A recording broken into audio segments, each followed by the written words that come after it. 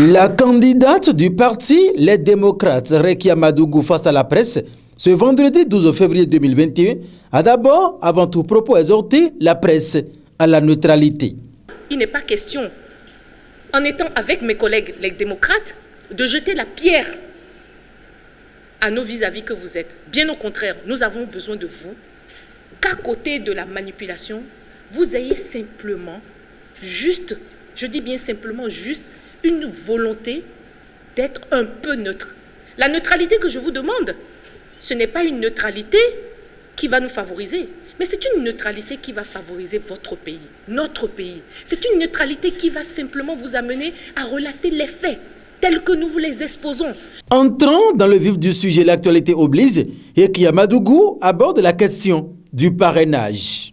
Je vous assure que nous avons étudié toutes les lois que ces députés ont votées nuitamment. Si on doit s'en tenir strictement à l'article 132 du Code électoral et à l'article 44 de la Constitution, je cite, « Nul ne peut être candidat aux fonctions de président de la République ou de vice-président de la République s'il n'est dûment parrainé par un nombre de députés et ou de maires correspondant à au moins 10% de l'ensemble des députés et des maires. » Ces dispositions de la loi sont intuitives personnées, c'est-à-dire que chacun des candidats, président et vice-président, doit remplir toutes ces conditions individuellement.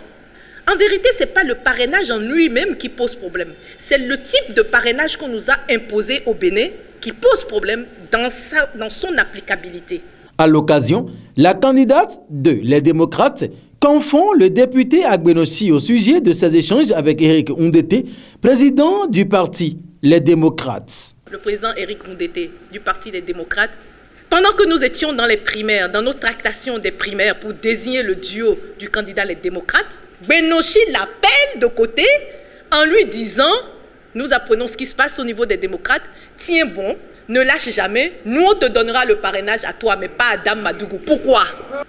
Mais Éric Oundété ne les a pas suivis. Elle n'a pas manqué d'avouer que les démarches ont été menées vers les députés et maires de la mouvance pour le parrainage, mais a aussi révélé que plusieurs d'entre eux ont sollicité sa candidature. Personnellement, malgré que certains collègues disaient « Nous n'irons pas les démarcher », je me suis dit, si nous avons pris la décision collective d'aller aux élections, la loi est dure, mais battons-nous pour justement influencer cette loi dans l'avenir.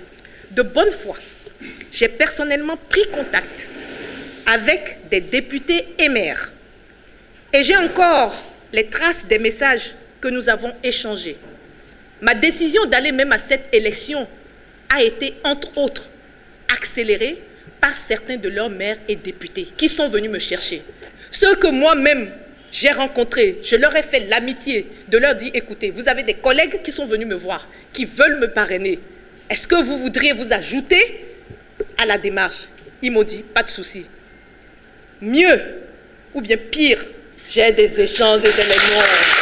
En résumé, Rekia Madougou, candidate du parti Les Démocrates pour les présidentielles du 11 avril 2021, a exhorté le peuple béninois à la patience et à la tolérance pour la préservation de la démocratie chèrement acquise.